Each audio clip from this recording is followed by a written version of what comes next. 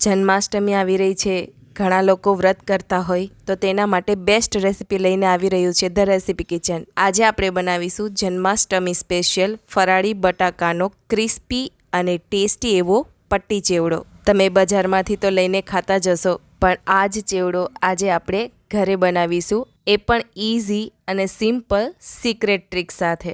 ઘણા લોકોએ બનાવવાની ટ્રાય પણ કરી હોય, પણ ક્યારેક એ સોફ્ટ પડી જતો હોય અથવા તો જે પટ્ટી છે એ તળતી વખતે એકબીજા સાથે ચીપકી જતી હોય કે પછી બટાકાની જે પટ્ટી છે એ પરફેક્ટ ના બનતી હોય, તો આજે એનું પરફેક્ટ સોલ્યુશન આપણે આ વિડીયોમાં લઈ આવશું। જો આટલો સરસ ફરાળી પટ્ટી ચેવડો ઘરે જ બનતો હોય એ પણ ઇઝી ટ્રીકથી, તો બહારનો શું કામ લઈએ, એ પણ સુપર ટેસ્ટી અને એકદમ યમી બનશે। તમને એમ થતું હશે કે એમાં વળી એવી ટ્રીક શું છે, તો તેના માટે આ વિડીયો એન્ડ સુધી જોજો। અને હા, વિડીયો જોતા પહેલાં જો ચેનલને હજુ સુધી સબસ્ક્રાઇબ ન કરી હોય તો ચેનલને સબસ્ક્રાઇબ કરી દેજો, જેથી આવા જ અવનવા વિડીયોની નોટિફિકેશન તમને મળતી રહે। તો ચાલો સ્ટાર્ટ કરી દઈએ જલ્દીથી બનાવવાનું। સૌથી પહેલાં આપણે અહીં આ રીતના વેફરના બટાકા છે એ મેં 1.5 કિલો લીધેલા છે, તેને આપણે સારી રીતે પાણીથી ધોઈ લઈશું। હવે આ વેફરના બટાકાની જગ્યાએ તમે લાલ બટાકા પણ લઈ શકો છો, જેનાથી ચેવડો છે એ એકદમ વ્હાઇટ કલરમાં રેડી થશે। જો કે આ બટાકાનો ચેવડો પણ થોડો બદામી કલરનો થશે, પણ ટેસ્ટમાં તો એ પણ ખૂબ જ સરસ લાગે છે। સારી રીતે પાણીથી ધોઈ લીધા પછી આપણે તેને આ રીતે પીલર વડે તેની છાલ કાઢીશું। બધી છાલ કાઢ્યા પછી આ રીતના બટાકા છે આપણા રેડી થઈ ગયા છે। હવે તમે અહીં જોઈ શકો છો, પટ્ટી ચેવડા માટેનું આ રીતનું ગ્રેટર પણ આવતું હોય છે, જેનાથી પણ આપણે પટ્ટી છે એ પાડી શકીએ, પરંતુ એનાથી પટ્ટી આપણે પાડશું તો એનો ચેવડો સારો નહીં બને। હું તમને એક બટાકું આ રીતનું થોડું ગ્રેટ કરીને બતાવું। તેમાંની અમુક પટ્ટીઓ છે એ જાડી, મોટી, નાની આ રીતની બનશે, મતલબ કે એકદમ પરફેક્શન આ પટ્ટીમાં આવશે નહીં। તમે જ્યારે તેને ગ્રેટ કરશો તો એક હોલમાંથી આપણે પટ્ટી ગ્રેટ કરેલી હોય અને બીજા હોલમાં એ પટ્ટી ગ્રેટ થાય, એટલે પટ્ટીમાં આ રીતનો અમુક પાર્ટ ઉપસેલો રહે અને એક પ્રોપર થિકનેસ ના આવે, મતલબ કે આપણે પટ્ટી ચેવડામાં એક ઇવન થીન સ્લાઇસીસ જોઈએ, જે આ ગ્રેટરમાં પરફેક્ટ મળતી નથી। એટલા માટે આ ગ્રેટર છે એ પટ્ટી ચેવડા માટે પ્રોપર ઓપ્શન નથી। તો હવે પરફેક્ટ પટ્ટી ચેવડો બનાવવા માટે આપણે શું કરીશું, તો તેના માટે મેં જે બટાકાની આપણે જે સ્લાઇસ વેફર પાડીએ તેનું જ ગ્રેટર લીધેલું છે। તો પટ્ટી ચેવડા બનાવવા માટેની જે મેઇન સિક્રેટ ટ્રીક છે એ આ જ છે કે જેની આપણે પહેલાં વેફર પાડીશું। થોડું પ્રેસ કરીને આપણે વેફર પાડવાની છે, જેથી તેની પરફેક્ટ થિકનેસ આવે। બહુ સ્પીડમાં વેફર નથી પાડવાની। અને એક બટાકાની આ રીતની વેફર પ્રોપર પડી જાય એટલે જે તમને ઇવન દેખાતી હોય એવી મોટી મોટી વેફર આ રીતની એકઠી કરી લઈશું હાથમાં।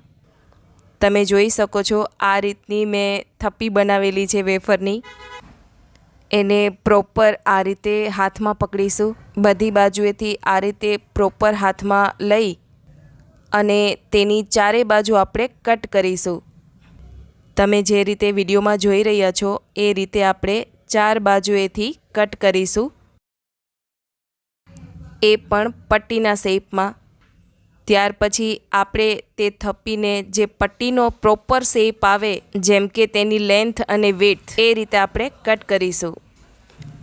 એકદમ પટ્ટીનો પ્રોપર શેપ આપીશું અને આ રીતે કટ કરી લઈશું, જેમ વિડીયોમાં બતાવ્યું છે તે રીતે। એટલે તમે જોઈ શકો છો કેટલી બધી પટ્ટીઓ આપણી એકસાથે રેડી થઈ જશે। તો છે ને એકદમ ઇઝી અને સિમ્પલ ટ્રીક કે જે આપણે ક્યારેય વિચાર્યું પણ ન હોય। પટ્ટી કટ થઈ જાય એટલે આપણે જે પાણીમાં બટાકા રાખેલા હતા તેમાં જ એડ કરી દઈશું અને બાકીની જે વેફર વધેલી છે એ આ રીતે ફરીથી એકઠી કરી અને તેને પણ કટ કરી લઈશું। હવે આ ટ્રીક એટલે ઇઝી લાગે કેમ કે સિમ્પલ વેફર પાડવાની છે અને વેફર એકઠી કરીને એની પટ્ટી રેડી કરવાની છે, એટલે આપણો બટાકાનો જે ફરાળી પટ્ટીનો ચેવડો છે એ પરફેક્ટ રેડી થઈ જશે। હવે અહીં મેં થોડી નાની પટ્ટી રેડી કરી છે। તમે ચાહો તો બટાકાની આ રીતે એકઠી કરેલી વેફર હોય તેમાંથી 2 બાજુ જ કટ કરી અને તમે લાંબી પટ્ટી પણ રેડી કરી શકો। ચારે બાજુથી કટ નહીં કરો તો પણ ચાલશે।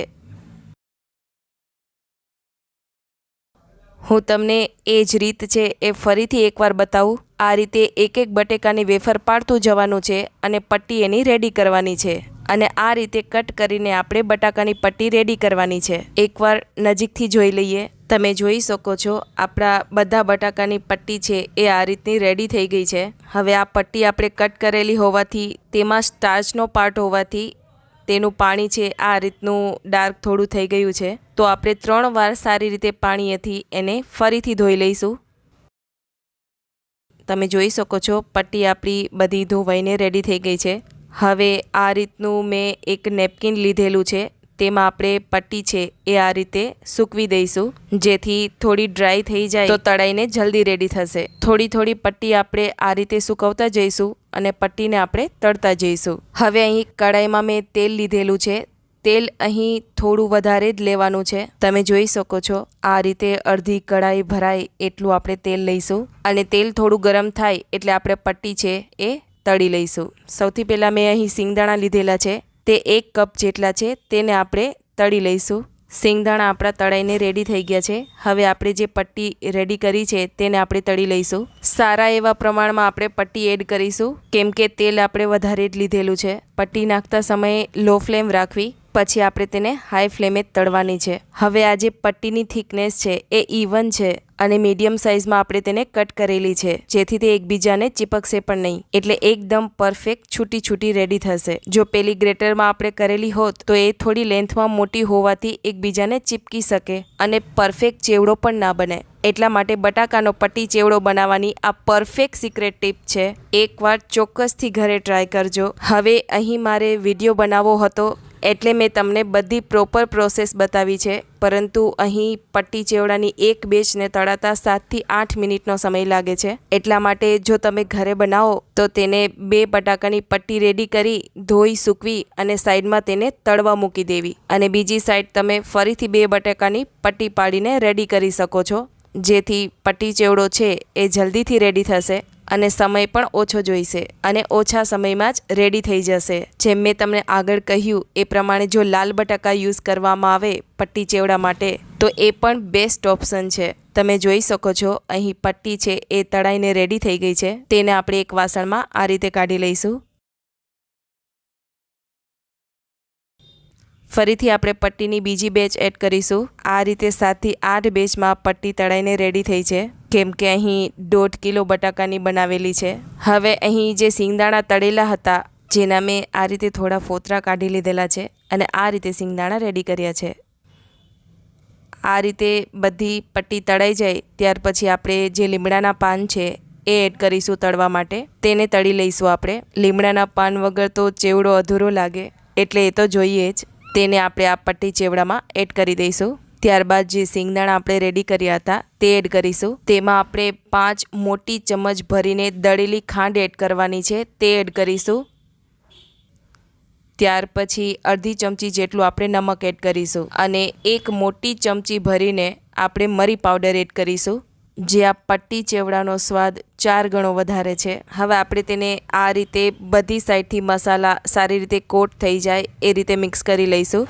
તમે આ ચેવડાનો અવાજ સાંભળી શકો છો કેટલો ક્રિસ્પી અને ક્રન્ચી બન્યો છે, તમે જોઈ શકો છો। હવે આ ચેવડો આપણો સર્વ કરવા માટે રેડી થઈ ગયો છે। જન્માષ્ટમી સ્પેશિયલ, શ્રાવણ માસ સ્પેશિયલ, એકદમ સુપર ક્રિસ્પી અને એક પરફેક્ટ ક્રંચ સાથે ગેરંટીડ આપણો ફરાળી બટાકાનો ચેવડો છે એ રેડી થઈ ગયો છે। એકવાર જો આ રીતથી તમે ચેવડો બનાવશો તો દરેક વ્રતમાં આ જ ચેવડો બનાવશો, પ્લસ એટલો કરકરો કે ખાવાનું મન જ નહીં ભરાય। તો પટ્ટી ચેવડાની આ રેસીપી અને તેને બનાવવાની સિમ્પલ અને ઇઝી એવી આ ટ્રીક તમને કેવી લાગી એ ચોક્કસથી જણાવજો। હવે આપણે તેને આ રીતે એક પ્લાસ્ટિકની બેગમાં ભરી લઈશું, તો લાગે છે ને એકદમ બજારમાંથી લાવેલો હોય। અને જો તમને વિડીયો પસંદ આવતો હોય અને આવા જ નવા વિડીયો જોવા હોય તો અમારી ચેનલને લાઇક, શેર અને સબસ્ક્રાઈબ કરવાનું ભૂલશો નહીં। ફરી મળીશું નેક્સ્ટ રેસીપી સાથે અને થેન્ક્સ ફોર વોચિંગ।